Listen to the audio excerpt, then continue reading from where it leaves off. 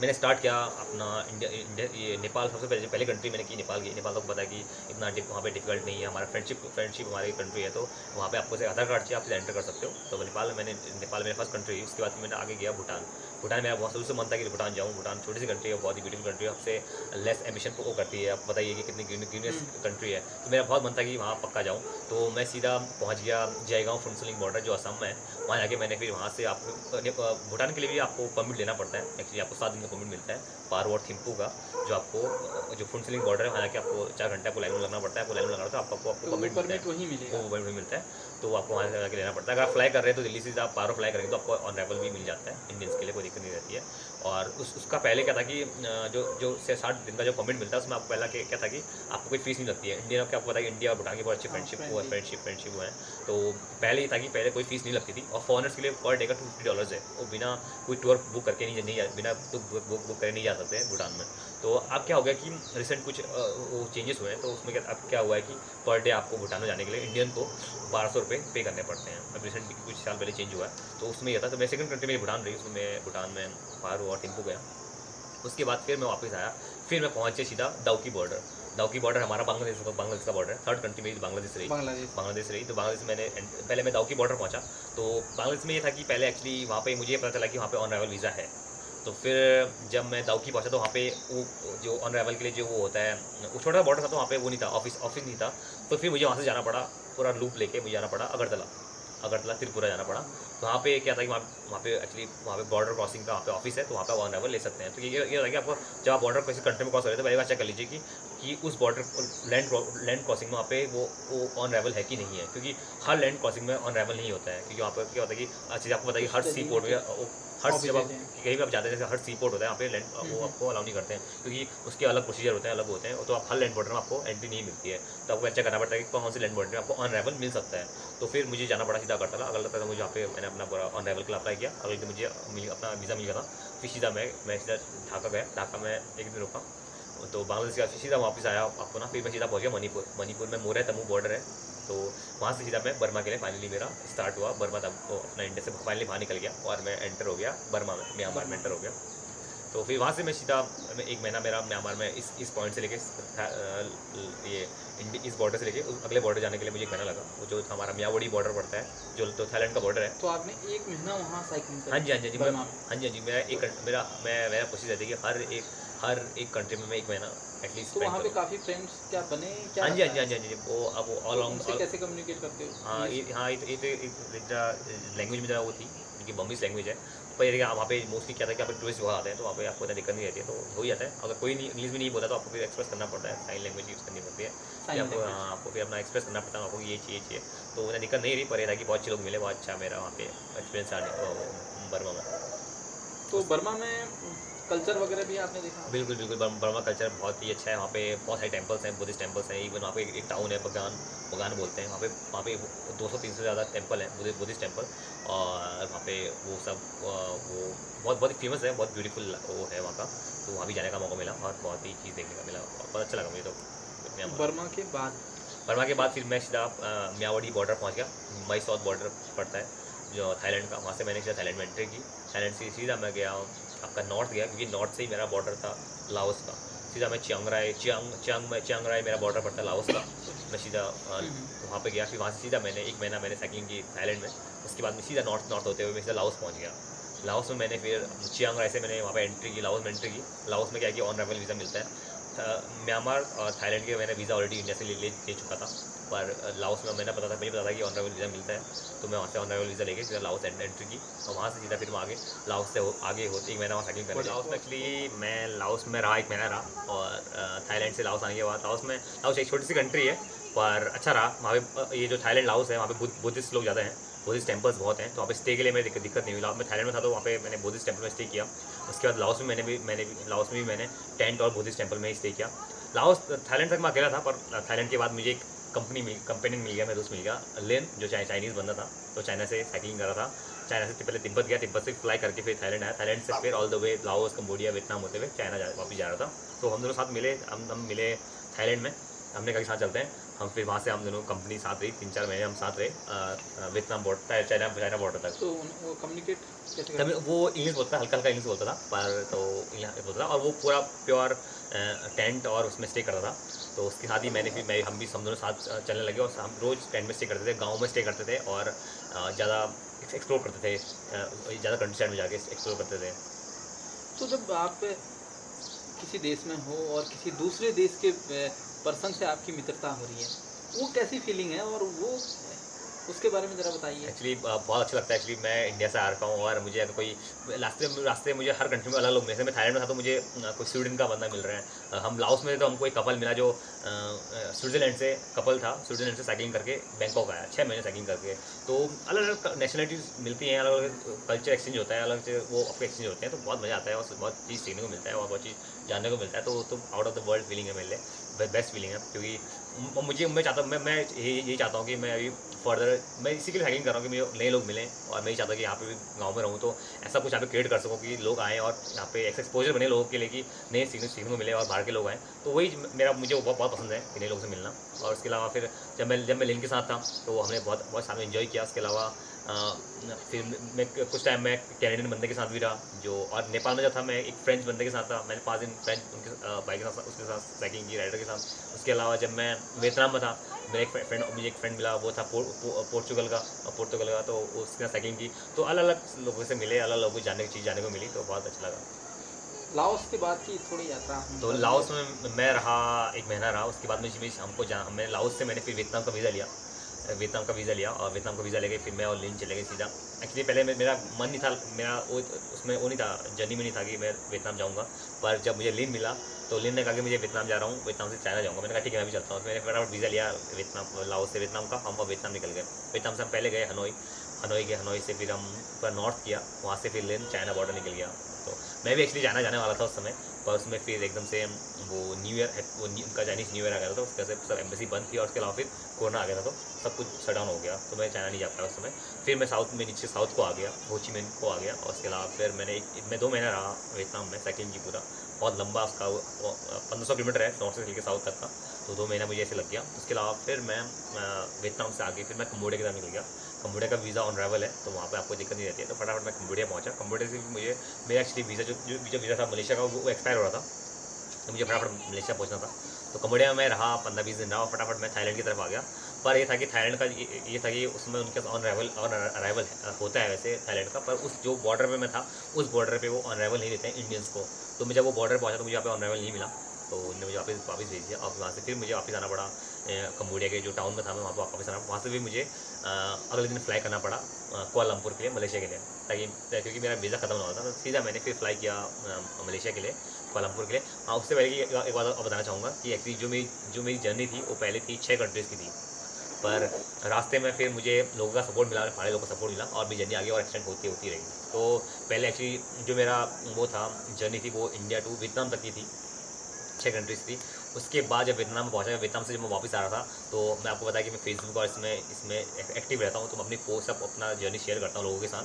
तो वहीं पे जब मैंने शेयर किया कि मैं अब वापस आ रहा हूं, मेरा जो जर्नी है पूरी हो चुकी है, और मेरा जो फंड जो आपको बताया, फंड्स जो होते हैं बहुत इंपॉर्टेंट होते हैं, और लिमिटेड फंड्स और मेरे से होते हैं, वो मेरे कॉलेज और मेरे लोगों से मुझे वो हुआ था, उसमें मिले थे। तो वो मेरे फंड ऑलरेडी खत्म होने वाले थे। तो मैंने कहा मैं वापस इंडिया आ रहा हूँ, मेरी जर्नी ऑलरेडी हो चुकी है पूरी जो मैं सोचा था। तो वहीं से भी मैं जो पहाड़ी लोग, हमारे गाँव के एक भैया थे जो सिंगापुर में रहते थे, जॉब करते थे, उन्होंने कहा कि तुम सिंगापुर, मैंने फिर उसमें ये भी लिखा अपने पोस्ट में कि मेरा अभी मन है कि और आगे जाऊँ, मुझे मौका मिला तो, जैसे कि ये मलेशिया, सिंगापुर और ये जापान साइड को आगे जाऊँ। तो उसी में जो मेरे एक भैया थे हमारे गाँव के, जो अभी सिंगापुर में है, उनकी कम्युनिटी है, पहाड़ी कम्युनिटी, उत्तराखंड कम्युनिटी, उन्होंने बोला कि हम अपनी कम्युनिटी से बात करते हैं और आप यहाँ भी आओ। तो वहीं से फिर मेरा अगला वो था, एक्सटेंड हो गया जर्नी, और मुझे वहाँ से फिर कम्बोडिया होते हुए, थाईलैंड होते हुए, मलेशिया होते हुए फिर मुझे सिंगापुर जाना था। तो वहाँ से भी उन्होंने मुझे हेल्प किया और उन्होंने मुझे फंड किया कि आप सिंगापुर आओ, हम आपका वीज़ा से लेकर सब कुछ करेंगे। तो जो सिंगापुर कम्युनिटी है, जो उत्तराखंड कम्युनिटी है सिंगापुर में, उनने मुझे पूरा फंड और पूरा वो किया वहाँ पे आने के लिए। तो यही हुआ कि जैसे जो चलते रहते तो लोग आपको मिलते रहते हैं अलग अलग कंट्री में, वो लोग फिर आपको ऐसे एक चेन बनती रहती है, वो आपको बुलाते रहते हैं। फिर जैसे जब मैं मलेशिया पहुँचा तो मलेशिया से आगे फिर जो लोग थे ब्रुनेई में, इंडोनेशिया में, या जापान में या कोरिया में, वो लोग हमसे जुड़ते गए, पहाड़ी जो लोग थे, इंडियन लोग या पहाड़ी लोग, वो बोलते थे आप यहाँ आना, हम आपसे यहाँ मिलेंगे, आप यहाँ मिलेंगे, हम मिलेंगे, तो ऐसे करके कतर तक मेरा पूरा वो हो गया था, लोगों के तो नेटवर्क तक वो हो गया था कि हाँ आप यहाँ आइए, हम आपका पूरा वो करेंगे, हेल्प करेंगे। तो उसी समय फिर मैं आगे, मेरा ये सब अच्छे राइड चल रही थी। राइड होते होते मैं मलेशिया पहुँचा था, फिर एकदम से लॉकडाउन हो गया। उसके बाद फिर 1 महीना मैं मलेशिया में था, वीज़ा रेडी कर रहा था। फिर लॉकडाउन हुआ तो फिर मैं 3 महीने और फंस गया, फिर 4 महीने में कहीं फंसा रहा। उसके बाद फिर मैं कुछ फाइनली इंडिया आना पड़ा। तो मलेशिया में जिस टाइम आप फंसे रहे तो मलेशिया में कहाँ स्टे किया मैं आपने? एक्चुअली 1 महीना तो मैं वैसे हॉस्टल में स्टे करता हूँ। अगर मैं सिटी में हूँ तो आपको पता है कि सिटी में आप इजीली टेंट लगाना इतना पॉसिबल नहीं होता है। जब आप कंट्री साइड में हो, गाँव में हो, तो वहाँ पे आप टेंट लगा सकते हो, सेफ रहता है। पर सिटी में हो तो वहाँ पे हर टाइप के लोग होते हैं, वहाँ पे कभी भी सेफ नहीं है। सेफ नहीं है टेंट लगाना। तो वही एक्चुअली जब मैं फर्स्ट टाइम लिन मिला, लिन जो मेरा चाइनीज फ्रेंड था, तो वो जब थाईलैंड में था, तो वो एक्चुअली वो कैंपिंग कर रहा था। वो फुल टाइम कैंपिंग कर रहा था, वो हर जगह कैंपिंग कर रहा था। तो वो एक टाउन में था, और टाउन के बीच में उसने कैंप लगाया, जहाँ पे बहुत लोग आते जाते हैं, और वो टूरिस्ट टाउन था। तो उसका अगले दिन क्या हुआ, उसका शूज़ चोरी होगा, उसका $400-500 भी चोरी हो गए थे लिन के।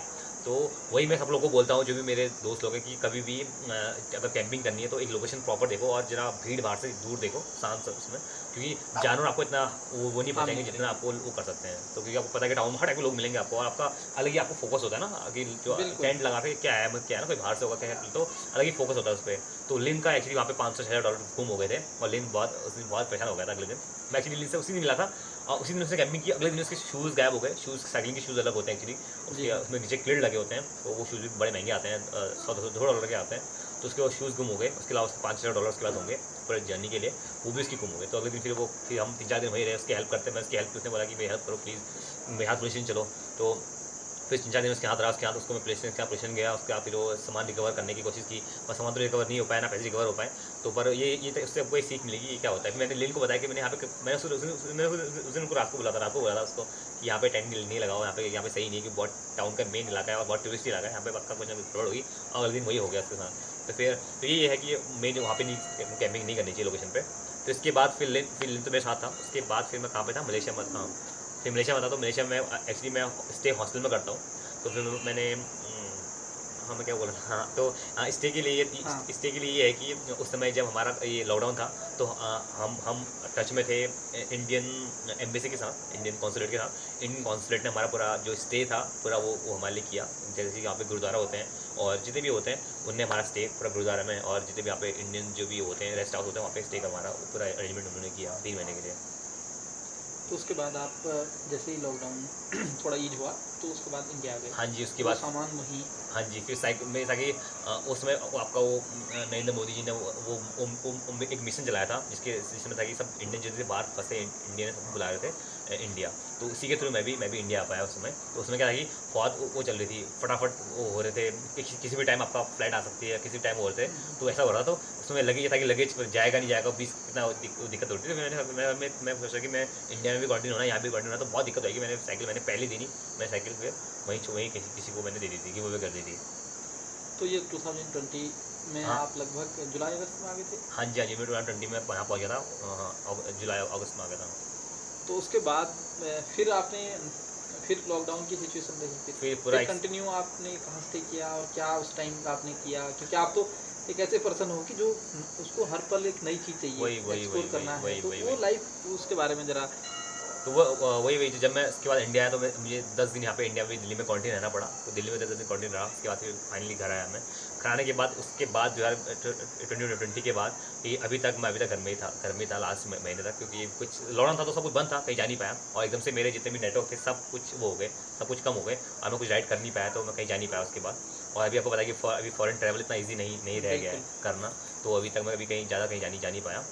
तो अभी ये है कि हाँ फाइनली अभी आपको हल्का ये कोरोना है वो हल्का उसको कम हो रहा है, और हाँ वहाँ लोग जा पा रहे हैं। तो फाइनली मैंने लास्ट महीने मैंने फिर नेपाल का ये अभी अपना साइकिलिंग स्टार्ट की। जो भी मैं कभी बड़े राइड करता था, मैं नेपाल में फर्स्ट वो चूज़ करता हूँ कि नेपाल में जाऊँ, कि नेपाल से मेरी जो है मेरी दोबारी वाइब्स अच्छी आती हैं। तो जितनी मेरी बड़ी राइड्स होती हैं, उससे पहले कारण मैं नेपाल जाता हूँ। जरूर नहीं जाता हूँ, पर कि हाँ ऐसा पॉसिबल हो जाता है कि हाँ वहाँ हो पाता हूँ, जा पाता हूँ। तो इस बार भी नेपाल हो पाया अफ्रीका टूर से पहले। तो अभी मैं नेपाल करके आया, ये एक्सपीडिशन करके आया 2021 ये वाला। और अब इसके बाद मेरे और फर्दर प्लान, आगे के फर्दर प्लान्स के बारे में ज़रा हमें बताइए कि आगे के प्लान्स कहाँ हैं आपके? एक्चुअली आपको पता है कि मैं जो स्टार्ट ही हुआ था वो हुआ था पूरे वर्ल्ड के उससे स्टार्ट हुआ था कि हाँ अब्रॉड जाना है, पूरा एक्सप्लोर करना है। अब होते ये है कि अब पूरा इंडिया हो गया है, अभी ये एशिया का हो गया, अभी है कि एशिया में भी 10 कंट्रीज हो गए, अभी है कि जितना जल्दी हो सके मुझे पूरा वर्ल्ड को कंक्योर करना है और जितनी ज़्यादा कंट्रीज हो सके वो कंक्योर करना है। तो अभी सबसे ज़्यादा एक्सेसिबल है, जो अभी जाना सबसे ईजी है वो है अफ्रीका, जहाँ पे भी कोई इतना वायरस का कोई दिक्कत नहीं है। तो अभी वहाँ पे बहुत सारे ट्रैवलर्स ऑलरेडी घूम रहे हैं। तो मैं भी मेरा भी प्लान है कि 1-2 महीने के अंदर मैं उसके बाद मैं सीधा अफ्रीका के लिए वो करूँगा, साइकिल अराउंड अफ्रीका साइकिलिंग करूँगा। चलिए बहुत बढ़िया। और हमें दरअसल ये बताइए कि देखो अगर लंबी यात्रा करनी है तो कई बार ऐसा भी हो सकता है कि खाना प्रॉपर टाइम पे ना मिले, तो उसको आप कैसे मैनेज करते हो, और अगर डाइट प्लान क्या है आपका, इस चीज़ के बारे में जरा एक्चुअली मैं बताइए। आपको श्योरली बताऊँ, मैं आपको अगर सीधा बताऊँ तो मेरा कोई डाइट प्लान नहीं रहता है, क्योंकि आपको पता है कि आपको आज पता नहीं है आपको खाने के लिए क्या मिलने वाला है, क्या नहीं मिलने वाला है। जो आप लॉन्ग जर्नी में होते हैं, अगर चलो आप सिटी में तो आप सोच सकते हैं कि खाने उसके बारे में अपना एक प्रॉपर वो रख सकते हैं, पर आप जब आप कभी भी कंट्री साइड में हो, कहीं ऐसी बहुत ऑफ लोकेशन हो, आपको पता ही नहीं कि आपको आज खाने को क्या मिलेगा क्या नहीं मिलेगा, तो तब मेरा कोई ऐसा प्रॉपर चार्ट नहीं रहता है, कोई ऐसा कोई डाइट नहीं है। तो ये कि जहाँ जो मिल गया वही खाते हैं। तो और ऐसा कुछ बैग में रखते हो? बैग में हाँ वही चॉकलेट्स वगैरह जो छोटी मोटी चीज़ें जो जल्दी ख़राब ना हो, वो चॉकलेट वगैरह रखते हैं, एक हल्का सा जिसमें बूस्ट वो मिल जाए, आपको बॉडी को मिल जाए, ये होता है। और ये कि खाने में जैसे जो मिलता है वो खा लेते हैं, और उस चीज़ से काम करना पड़ता है, क्योंकि आपको पता है कि अगर आपको अगर हर दिन अंडा चाहिए, आपको हर दिन दही दूध चाहिए, तो आपको पॉसिबल हाँ, नहीं आप नहीं है। कर मैं जब साउथ एशिया में था, वहाँ पे दूध मिलना ही मुश्किल होता है, ऊपर हाँ, वो तो कर्ड है। मिलता है, दूध कहीं बहुत मुश्किल होता है, वो सब पैकेट्स में मिलता है। तो मतलब कि बहुत चीज़ें हैं, तो आप वो कंटिन्यू नहीं कर। अकॉर्डिंग टू सिचुएशन आप अपने आप हाँ, को अकॉर्डिंग एडजस्ट सिचुएशन करते आपको करना पड़ता है। हो। और क्या फ़ोन के नेटवर्क्स हमेशा हर जगह पे आपको आजकल मिलते हैं, या क्या होता है इसमें? आपको आप जब अब्रॉड जाओगे तो आपको ऑब्वियसली बात है कि आपको नहीं मिलेगा, आपको अपना फिर रिचार्ज करना पड़ता है, वो पैक लेना पड़ता है, इंटरनेशनल हाँ, पैक हाँ, लेना पड़ता है। पर इंटरनेशनल रोमिंग। हाँ, वो लेना पड़ता है, पर वो बहुत एक्सपेंसिव रहता है। उसको लेने से अच्छा है कि आप उसी कंट्री पहुँचो, वहाँ से अपना पासपोर्ट दिखाओ, पासपोर्ट दो, अपना सिम खरीद लो और जी आप हाँ, वहीं से लो, वो ज़्यादा बेटर और ज़्यादा चीप पड़ता है। थोड़ा पॉज़ कर दो यार। चीज़ है, क्या जुनून है, क्या ऊर्जा है, आपका इनर मैकेनिज्म हमें थॉट प्रोसेस के बारे में बताइए। सबसे मेन तो थॉट प्रोसेस है, क्योंकि इतना बड़ा बोल्ड डिसीजंस लेने के लिए इतने बड़े, तो एक प्रॉपर अंदर से बहुत तगड़ी आग चाहिए, बहुत जुनून चाहिए, बहुत जोश चाहिए, और उस जोश को सही दिशा में चैनलाइज करने के लिए कंसंट्रेशन भी उतना अच्छा होना चाहिए। तो इसके बारे में ज़रा हमें बताइए कि आप कैसे ये सब चीज़ें कर लेते हो। असाधारण हो आप, और ये असाधारण कार्य साधारण रहते हुए कैसे कर लेते हैं आप? एक्चुअली मेरा शुरू से एक माइंड में वो रहा है, सेटअप रहा है कि हाँ कि जो करना है वो करना ही है, और कुछ अलग करना है, हटके करना है, जो हटके करना है, और कुछ अलग करके दिखाना है। अपने पहाड़ का नाम पहाड़ का नाम रोशन करना है। तो और मैं आपको झूठ नहीं बोलूँगा, जब मैं इंडिया टूर में था तो मैं साइकिलिंग करता था, पर पीछे से पहाड़ी गाने हाँ, मेरे चलते थे, ये बहुत पहाड़ी गाने चलते थे, पहाड़ी गाने में गाता था। तो मैं आपको झूठ नहीं बोलूँगा कि मेरी लाइफ में मुझे मेरे पहाड़ी गानों ने, मेरे पहाड़ के हर चीज़ ने बहुत ज़्यादा मोटिवेट और इंस्पायर किया है उस पॉइंट पे जब मैं होता हूँ वहाँ। जब आप पहाड़ से निकल जाते हो ना, आपको पता ही है, आपको जब अंदर पहाड़ से बिल्कुल। जाते हैं नीचे को, तो आप जहाँ से आप ये उत्तराखंड है आपका, नीचे साउथ में आप कहीं हो, आंध्र प्रदेश, हाँ, बहुत डिस्टेंस है। बिल्कुल, अब वहाँ जब आप सोचते हो अपने पहाड़ का मतलब बड़ा अच्छा लगता है। तो बिल्कुल, मुझे अपने पहाड़ के उसने बहुत ज़्यादा पावर दी है और ज़्यादा इंस्पायर किया है आगे चलने को और कुछ नया करने को। क्या बात है, बहुत ही शानदार आपने बताया कि पहाड़ के और कुछ पहाड़ी गाने आप अभी कह रहे हो कि हमें पहाड़ी गाने बहुत पसंद हैं, आप यात्रा में पहाड़ी गाने गाते हो, हाँ जी। वो आपको मोटिवेट करते हैं अंदर से। ऐसा कोई गाना अगर आपका फेवरेट है तो हमें दर्शकों को सुना दीजिए। आपको ये बताऊंगा कि मेरे हर पहाड़ी गाने के जितने भी सब फेवरेट है। सब फेवरेट है। हाँ, चलो एक गाना हो जाए। मैं एक गाना आपको गाना चाहूँगा, हाँ। हमारे स्वर्गीय पप्पू गार्गी जी के जी लिए। जी जी। तो ये गाना है, पहाड़ा ठंडो पानी सुनी कति मीठी वाणी, पहाड़ा ठंडो पानी सुनी कति मीठी वाणी, छोड़न नी लागेनी, हाय हाय छोड़न नी लागेनी। पहाड़ में हिमालया वा देवता रूनी, पहाड़ में हिमालया वा देवता रूनी, देवी देवा वास कनी देवभूमि कोनी, देवी देवा वास कनी देवभूमि कोनी, देवभूमि छोड़ी भेरा जानी जनी लागेनी, छोड़ने नी लागेनी, हाय हाय छोड़ने नी लागेनी।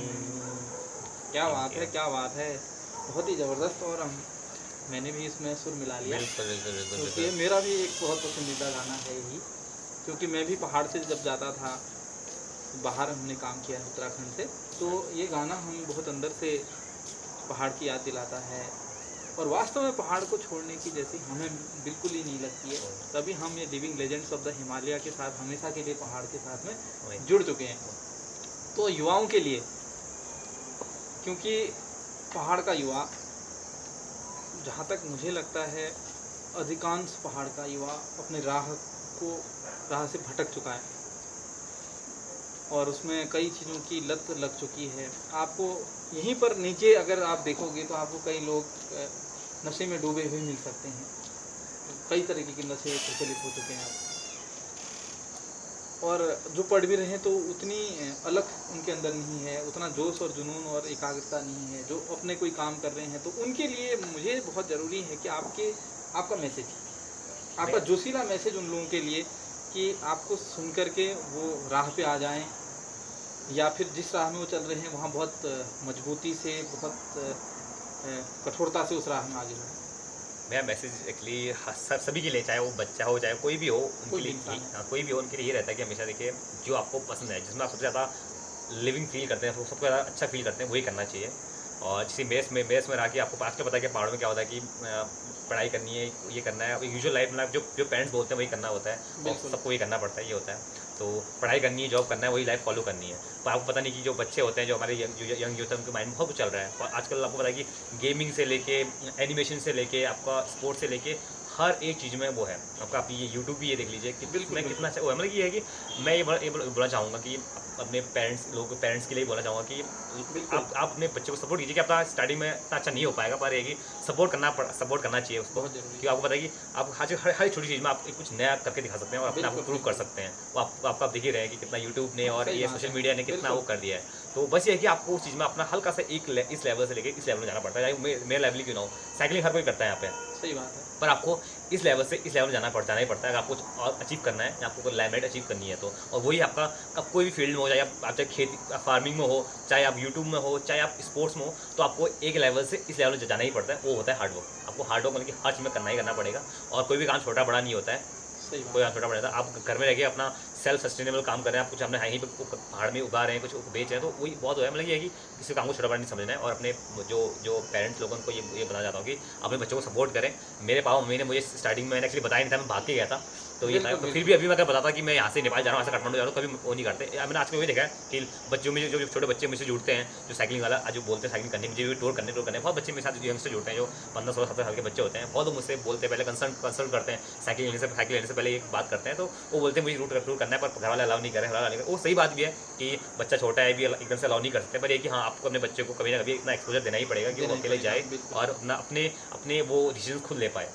मैं अपनी डिसीजन 16 साल से खुद ले पाया, तो जाके मुझे लगता है कि आज मैं यहाँ आ पाया। इतनी यात्रा करने के लिए सबसे ज़रूरी जो मुझे लगता है वो है साहस। सही बात है। क्या बचपन से साहसी थे आप? एक्चुअली मैं ऐसा देखिए अनुभवों से आप साहसी हैं? देखिए तो पहाड़ में रह के साहसी तो होना ही पड़ता है। ऐसे पहाड़ को पता ही है कि कितने कैसे रास्ते हैं, घुला रहे हैं, जानवर आना है, तो आपको साहसी होना ही पड़ता है।